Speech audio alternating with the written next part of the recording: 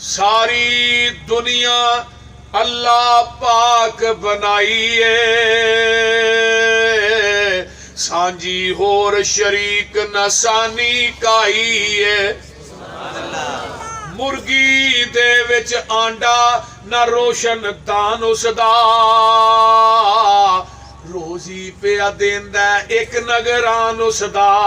कीती die fit ते रखिया सच्चाए, बाहर निकले चू चू करदा बच्चाए। बिल्ली नू वेख के मां वल भजदा नसदा ए, आ गया दुश्मन मां नू दसदा ए। सज्जन दुश्मन दी इनू किन्ने गल समझाई है,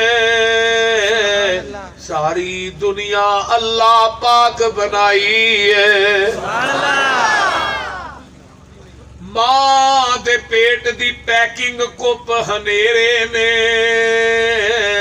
वलकद खलकनल इंसाना मिन सुलालतिन मिन तीन सुम्मा जअलनाहु नुतफतन फी करारिन मकीन सुम्मा खलकनन नुतफत अलकतन फखलकनल अलकत मुज़गतन फखलकनल मुज़गत इज़ामन फकसौनल इज़ाम लहमा सुम्मा अंशअनाहु खल्कन आखर फतबारकल्लाहु अहसनुल खालिकीन।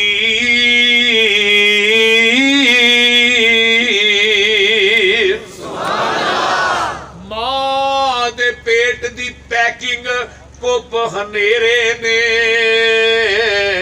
किवें जोड़ पे जोड़ दे सोने बंदिया तेरे ने। कारीगर किवें गोशत हड्डियां जोड़दा ए, बंद कमरे दे विच मटीरियल लोड़दा ए। पिछा मार खचाती वेख औकात अपनी, 9 महीने वाली लम्मी रात अपनी।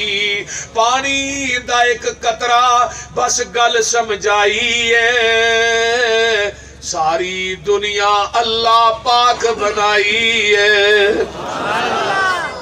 चल हुण जरा वेख मज्जा गावां नू, गोबर पेशाब खून ते ओना थावां नू। खून पेशाब दियां अंदर नहरां ने, काले थणा विचों निकलियां चिट्टियां धारां ने। मक्खन दुध मलाइयां बंदिया रजना है, जदों बुलाए मालिक कंड कर भजना है। बोलते नहीं आज थले कट्टा छड़िया, उन्हें 2 मुंह मारे, उन्हें सारा दुध हवाने चलाया। कट्टे वास्ते, तेरे वास्ते नहीं, कट्टे वास्ते। हवाना भर गया मझ जी पसम, कट्टे नू फौरन ना उन्होंने फड़ के मुंह तो खिंच के थना नालों ला के जाके मझ अगे बंद है। वो नाले चुभदी है, नाले चटदी है, नाले आंदी है पुत्र चुप कर, साडे नाल एवें ही होनी।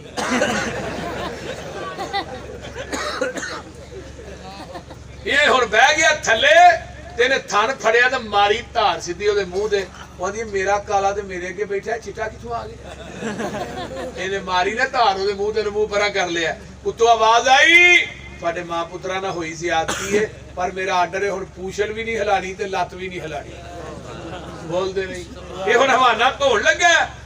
अल्लाह ने मेरी रबूबियत वेख, हवाना उत्ते दुध ना फुल है, प्रेशर बड़ा है, थले 4 बोतलां फिट कीतियां, उन्हां बोतलां दा मुंह भी ठा है, थले मैं ढक्कन भी कोई नहीं लाया। अल्लाह ने मेरी रबूबियत वेख, कमलिया मैं कदी एक कतरा भी जमीन ते डिगण नहीं हो देता। बोलते नहीं कदी डिगया धार भी उन्हें करनी है, जिन्हों तजर्बा है, तजर्बा ही बंदे धार। ये हुण धार कढण लग्या, उत्तों कैमरा फिट है। मुंबई ने फरसिम वादा मिल्ला बनन खालिसन शायगल लिशारबीन।